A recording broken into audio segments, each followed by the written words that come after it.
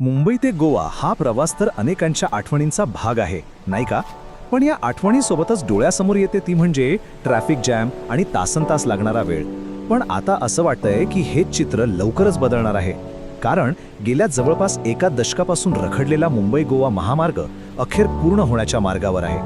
तर मग चला पाहूया या महामार्गाची कहाणी, याला इतका वेळ का लागला आणि हा कोकणच्या विकासासाठी इतका आवश्यक का आहे.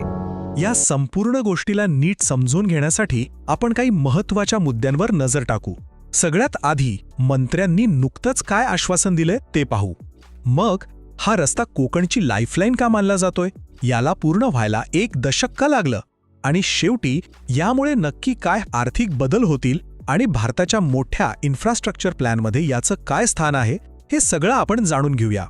तर मग सुरुवात करूया त्या बातमीपासून ज्यामुळे हा रखडलेला प्रकल्प अचानक पुन्हा एकदा चर्चेत आला आहे. केंद्रीय मंत्री नितीन गडकरी यांनी नुकतीच एक मोठी घोषणा केली आहे आणि त्यामुळे या महामार्गाबद्दलच्या आशा पुन्हा एकदा वाढल्या आहेत. तर हे विधान खरंच खूप महत्त्वाचं आहे, कारण तब्बल 10 वर्षांच्या प्रतीक्षेनंतर हे ऐकायला मिळतंय. मंत्र्यांच्या या घोषणेमुळे फक्त एक आशा निर्माण झालेली नाहीये, तर असं दिसतंय की अनेक वर्षांपासून रखडलेल्या या कामाला आता एक निश्चित दिशा आणि वेग मिळाला आहे. आणि हे आकडे बघा, तब्बल 93% काम पूर्ण झालंय. ही खरंच एक मोठी गोष्ट आहे. आणि उरलेलं जे फक्त 60% काम आहे ते वेळेत पूर्ण व्हावं, यासाठी स्वतः केंद्रीय मंत्री 10 एप्रिलला या मार्गाची पाहणी करणार आहेत. यावरूनच लक्षात येतं की हा प्रकल्प किती गांभीर्याने घेतला जातोय. आणि नेमका हाच प्रश्न महत्त्वाचा आहे, नाही का?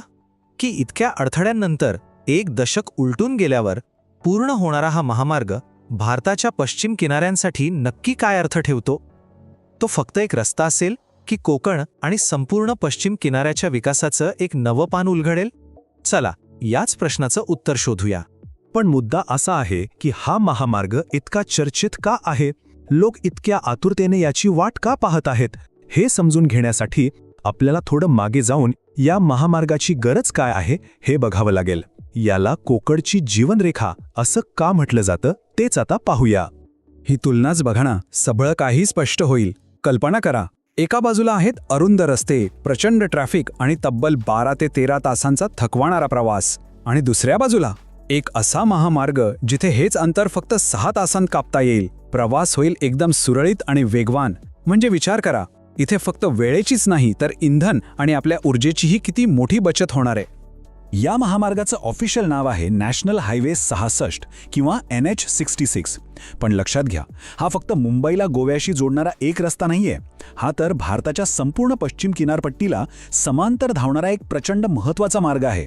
एक प्रकारे देशाच्या अर्थव्यवस्थेची नस आहे ही, जो मुंबईजवळच्या पनवेलपासून सुरू होऊन थेट दक्षिणेला कन्याकुमारीपर्यंत जातो. मग प्रश्न उरतो की इतका महत्त्वाचा प्रकल्प पूर्ण व्हायला तब्बल 1 दशक का लागलं? या विलंबामागे नक्की कोणती कारणं होती? प्रशासकीय, नैसर्गिक की आणखी काही? चला आता आपण या विश्लेषणाच्या गाभ्याकडे वळूया आणि या 10 वर्षांच्या अडथळ्यांची एक-एक करून उकल करूया. ही टाईमलाईन बघा. यातून या प्रकल्पाचा संपूर्ण खडतर प्रवास आपल्या डोळ्यासमोर उभा राहतो. 2011 साली मोठ्या उत्साहात या 4 लेन हायवेची घोषणा झाली. पण त्यानंतर पुढची जवळजवळ 13 वर्ष हा प्रकल्प भूसंपादन, सरकारी परवानग्या आणि इतर अनेक अडथळ्यांच्या चक्रातच अडकून पडला होता. आणि आता 2024 मध्ये आपण अखेर याच्या पूर्णत्वाच्या टप्प्यावर पोचलो आहोत. तर या विलंबामागे बरीच गुंतागुंतीची कारणं आहेत. यातली सगळ्यात मोठी आणि वेळखाऊ समस्या होती जमीन संपादनाची. म्हणजे रस्ता बांधण्यासाठी लोकांकडून जमीन घेण्याची प्रक्रिया. कोकणातली दाट वस्ती आणि जमिनीच्या मालकी हक्काचे क्लिष्ट नियम, यामुळे अनेक ठिकाणी जमिनी मिळवण्यासाठी खूप संघर्ष करावा लागला. आणि दुसरं मोठं कारण म्हणजे हा रस्ता सह्याद्रीच्या संवेदनशील भागातून जातो. त्यामुळे पर्यावरण आणि वन विभागाकडून क्लिअरन्स मिळवण्यातच कित्येक वर्ष निघून गेली.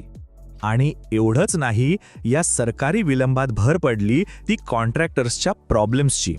काही कॉन्ट्रॅक्टर्सनी काम अर्धवट सोडून दिलं, तर काहींच्या कामाचा दर्जा चांगला नव्हता.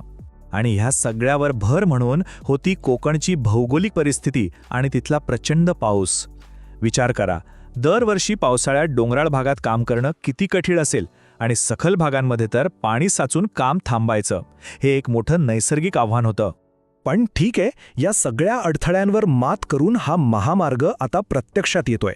तर आता या संघर्षाच्या दुसऱ्या बाजूकडे वळूया. म्हणजे या महामार्गामुळे कोकणच्या सामाजिक आणि आर्थिक जीवनात नक्की कोणते मोठे आणि सकारात्मक बदल घडू शकतात याचा विचार करूया. या प्रकल्पाचं बजेट पाहिलं तर त्याचा आवाका लक्षात येतो. तब्बल 7,300 कोटी रुपये. ही रक्कम फक्त एक रस्ता बांधण्यासाठी नाहीये, तर ही या संपूर्ण प्रदेशाच्या विकासासाठी केलेली एक मोठी स्ट्रॅटेजिक इन्व्हेस्टमेंट आहे. या प्रोजेक्टमधलं एक मोठं यश म्हणजे माणगाव आणि इंदापूरमध्ये बनलेले बायपास. ज्यांना माहीत असेल त्यांना आठवेल की पूर्वी या दोन्ही शहरांच्या अरुंद बाजारपेठांमधूनच सगळा हायवेचा ट्रॅफिक जायचा. म्हणजे रोज तासांतास ट्रॅफिक जॅम ठरलेला असायचा. आता हे बायपास रस्ते मार्गातली ही मोठी डोकेदुखी कायमची दूर करत आहेत. या महामार्गाचा थेट फायदा कोणाला होणार? तर महाराष्ट्रात पनवेलपासून सिंधुदुर्गपर्यंतची संपूर्ण किनारपट्टी आणि गोव्यामध्ये उत्तरेपासून दक्षिणेपर्यंत सगळ्यांनाच. याचा साधा अर्थ काय? पर्यटकांसाठी कोकणाचे सुंदर किनारे आणि गोवा गाठणं एकदम सोपं होईल. पण त्याहूनही महत्त्वाचं म्हणजे स्थानिक शेतकऱ्यांचा माल, म्हणजे आपला कोकणचा हापूस आंबा असेल किंवा काजू, हे सगळं आता मुंबईच्या मार्केटमध्ये खूप लवकर पोहोचेल. साहजिकच व्यापाराला एक मोठी गती मिळणार आहे. आता थोडं झूम आउट करून या महामार्गाकडे एका मोठ्या कॅनव्हासवर पाहूया. हा काही एकटा प्रकल्प नाहीये, तर हा भारताच्या पश्चिम किनाऱ्याला जोडणाऱ्या एका मोठ्या आणि स्ट्रॅटेजिक इन्फ्रास्ट्रक्चर प्लॅनचा एक महत्त्वाचा हिस्सा आहे. हे असं आहे बघा, NH66 हा या नेटवर्कचा मुख्य कणा आहे, पण त्याला समांतर एक नवीन 6 लेन मुंबई गोवा एक्सप्रेसवे सुद्धा प्लॅनमध्ये आहे. इतकंच नाही तर या हायवेला मुंबई पुणे एक्सप्रेसवेशी जोडणारे लिंक रोड्स आणि धुळे किंवा पुणे कोल्हापूर सारख्या इतर रस्त्यांनाही अपग्रेड केलं जातंय. या सगळ्याचा उद्देश एकच आहे, एक अखंड, वेगवान आणि एकमेकांना जोडलेलं रस्त्यांचं जाळं तयार करणं. आणि या सगळ्या प्रकल्पांमागचं अंतिम ध्येय काय, तर पश्चिम भारतात एक शक्तिशाली इकॉनॉमिक कॉरिडॉर तयार करणे.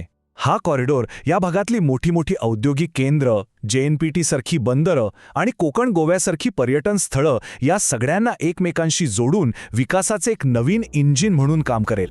शेवटी मुंबई गोवा महामार्गाचा हा एक दशकाचा प्रवास चिकाटीची आणि आव्हानांवर मात करण्याची एक गोष्ट सांगतो. यातून शिकण्यासारखं खूप आहे, पण सर्वात मोठा प्रश्न हा आहे की या अनुभवातून शिकून भारत भविष्यात अशा इन्फ्रास्ट्रक्चर मॅरेथॉनचं रूपांतर कमीत कमी अडथळ्यांच्या स्प्रिंटमध्ये कसं करू शकेल. हा विचार करण्यासारखा मुद्दा आहे.